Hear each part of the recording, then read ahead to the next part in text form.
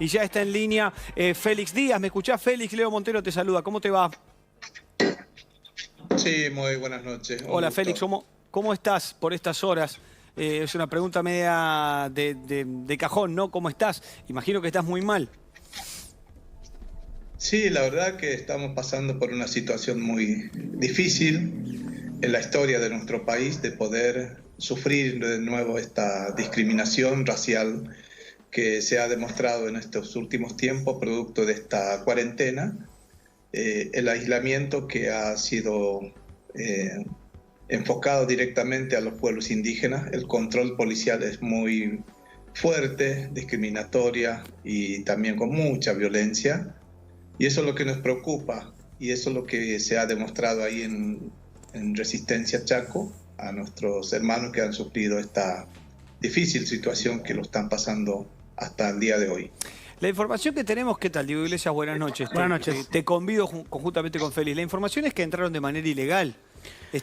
Supuestamente se equivocaron de personas. Había personas que habían apedreado una comisaría, creyeron los policías que eran esta y por eso entraron con ese grado de violencia. Al menos eso es lo que dijeron. Eso no está claro, proviene de las fuentes policiales. De hecho, las fuentes policiales son contradictorias porque por un lado dicen que había habido un grupo de manifestantes que fueron a apedrear una comisaría. Ahora, cuando se hicieron los peritajes posteriores, es una comisaría que está muy vidriada y no tiene un solo vidrio roto. Curioso sería que hubieran apedreado a la comisaría y que no hubieran roto un solo vidrio. Por otro lado, también otras versiones policiales indican que había una manifestación y que esa manifestación después fue, reprimida, que fueron a buscar a algunos de los integrantes de esa manifestación por el tema de la violación de la cuarentena. Ingresaron a este domicilio. Ingresaron primero sin orden de allanamiento, lo cual es una violación flagrante de la ley. No puede ingresar la policía a un domicilio sin orden de allanamiento. Es una entrada ilegal. Claro, las imágenes son muy claras y contundentes. Segundo, que la brutalidad que ejercieron, además había policías de civil, es decir, que no estaban identificados. Por otro lado, estaban con armas de fuego. Terminaron deteniendo a 4 personas que estaban en ese domicilio. Las llevaron a la comisaría 3, ahí de la zona, ahí en la zona del Gran Chaco, de Gran Resistencia, eso quiero decir. Y los golpearon, esto denuncian estas personas, los torturaron y 2 de las mujeres detenidas, una de ellas menor, acusa también que recibió abuso sexual, es decir, que las manosearon. Y lo más increíble, Leo, todo es terrible, pero una de ellas cuenta también que la rociaron con alcohol y dentro de la comisaría amenazaban con prenderla a fuego. Digo, es tremendo todo lo que relatan las víctimas de este caso, que es un claro caso de violencia institucional. Hablamos de violencia institucional cuando la violencia es ejercida por las fuerzas de seguridad. Sí, el exceso de autoridad, como lo del camionero del Madariaga, que quizá es un exceso innecesario, y lo que estamos viendo y hablando de Estados Unidos, que también será tema hoy. Félix, descarto que coincidís. La pregunta es si pudiste hablar con estos chicos y en qué está esta denuncia después de lo que pasaron y lo que sufrieron. Sí, esta mañana hablé con la mamá de los chicos y estaba muy choqueada. Los chicos, cuando vieron el informe Informe Nacional, se preguntaba por qué nos tocó esto y se acordaron de la represión que hemos sufrido en el año 2010 en la provincia de Formosa, que cuando la policía dice que cumplía una orden de allanamiento, pero nunca nos exhibieron la orden judicial. Y después de eso, cuando pegaron las mujeres en la ruta, niños, hombres, ancianos, y después no se conformaron con eso, quemaron nuestras casas. Eso fue el 23 de noviembre del 2010. Y hoy lo vemos, la misma actitud de la policía en la provincia del Chaco. Antes, el gobierno de la provincia del Chaco repudiaba la actitud de la policía provincial de Formosa. Y hoy lo vemos de la misma manera. Por eso, para nosotros, el tema del racismo, que estaba oculto hace mucho tiempo, hoy se está recrudeciendo hacia los pueblos indígenas. Los policías parece que se formaron para poder humillar, perseguir a los indígenas en cualquier parte de la provincia de Salta, Chaco, Formosa, que son provincias muy pobladas por las comunidades indígenas. Y eso es lo que nos preocupa. No tenemos a dónde canalizar nuestro reclamo cuando suceden estos hechos de criminalización hacia los pueblos indígenas. Pero Félix, ¿por qué? Y eso es lo que nos preocupa. por qué? ¿De dónde Porque viene yo creo tanta que- violencia y tanto discriminación? ¿Qué es lo que sentís que les molesta? ¿Alguna vez escuchaste a otros hablar de ustedes mismos, decir, no los queremos por esto? ¿Por qué? ¿Por qué ese grado de discriminación y de violencia hacia la comunidad que son divinos y no tienen ningún problema? No logro entenderlo, no logro entender ningún grado de discriminación, ni acá, ni en Chaco, ni en Madariaga, ni en Estados Unidos, pero te pregunto si vos te preguntás por qué. Yo creo que son solo hecho de descender de la población indígena. Es ahí donde empieza la discriminación, porque yo esto lo viví desde niños en los lugares donde existen los pueblitos. Siempre el indígena lo tiene como apestoso, asqueroso, piojoso, y siempre somos burlados de la sociedad.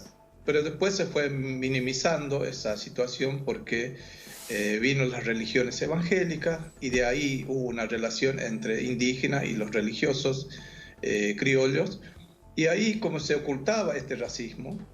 Después que hoy existen los derechos humanos, que me parece que eso le fortalece de nuevo la reacción de los discriminadores, porque son gente que tiene plata, tiene poder político y tiene respaldo judicial, y actúa así de esa manera, porque en el caso nuestro de Formosa nunca fue sancionado ni un policía que fue responsable de la represión y quema de casas. No hubo sanción, ni separación, ni imputado. Nosotros sí tuvimos mucha imputación judicial por solo hecho de defender nuestros derechos, el acceso al territorio. Entonces lo que pasa hoy en el Chaco es la imagen de lo que es el racismo hacia los pueblos indígenas. ¿Por qué? Porque los blancos no soportan que un indígena vive al lado de un blanco en una ciudad. ¿Por qué lo ven como una bestia? No le considera como un ser humano.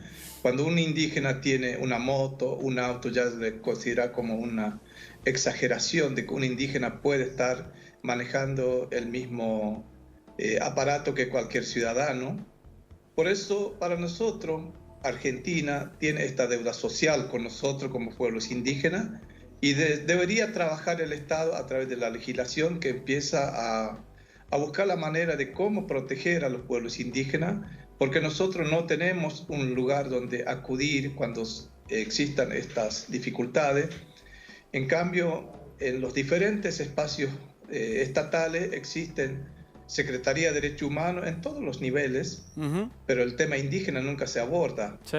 Por eso la preocupación nuestra, que el Estado tiene que sentar a dialogar con nosotros para poder terminar esta situación de persecución hacia los pueblos indígenas, porque hasta ahora los pueblos indígenas se están muriendo en el interior del país por otras enfermedades, que no es el COVID-19, sino a través de la tuberculosis, la neumonía, la diabetes, el mal de Chagas, la desnutrición, El dengue. y a eso no se dan cuenta.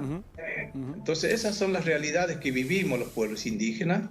Por eso el Estado tiene que tener que madurar la política para que incluya la temática indígena como agenda de Estado, no solamente para brindarle asistencia de mercadería, ya que el presidente de la Nación en su discurso cuando abrió la apertura legislativa del año mencionó: los pueblos indígenas son sujetos de derecho, y eso queremos que se cumpla, y que el presidente de la Nación nos ayude, que la legislatura nacional aborde el tema como algo urgente, y que tiene que haber una excepción sobre este caso, porque no podemos seguir así con miedo, circulando en los lugares donde puede suceder algo mucho más grave, porque hay muchas amenazas hacia los líderes indígenas por denunciar esto. El caso de este tema que estamos tocando, esta mañana hablé con uno de los referentes, decía que estaba muy amenazado y está pidiendo un habeas corpus para que lo protejan, porque permanentemente lo están persiguiendo a través de la policía, lo controlan, a dónde va, con quién habla, y eso es preocupante para nosotros, porque no podemos estar así con miedo por denunciar algo que que no es justo para nosotros. Por supuesto que no es justo. Félix, te agradezco muchísimo la comunicación y vamos a cerrar con lo que escribió en su Twitter el presidente de la Argentina, Alberto Fernández, hoy mismo, que dice: las imágenes, lo leo desde acá, las imágenes de violencia institucional que hemos visto en las últimas horas en el Chaco son inaceptables. Celebro que el Ejecutivo Provincial haya apartado a los efectivos. Esto lo ordenó Capitanich, ¿no? Sí. Pero debemos trabajar más profundamente en una problemática que es una deuda de la democracia. Félix, te mando un abrazo grande. Muchísimas gracias por haber estado en el programa y por tus conceptos. Un abrazo.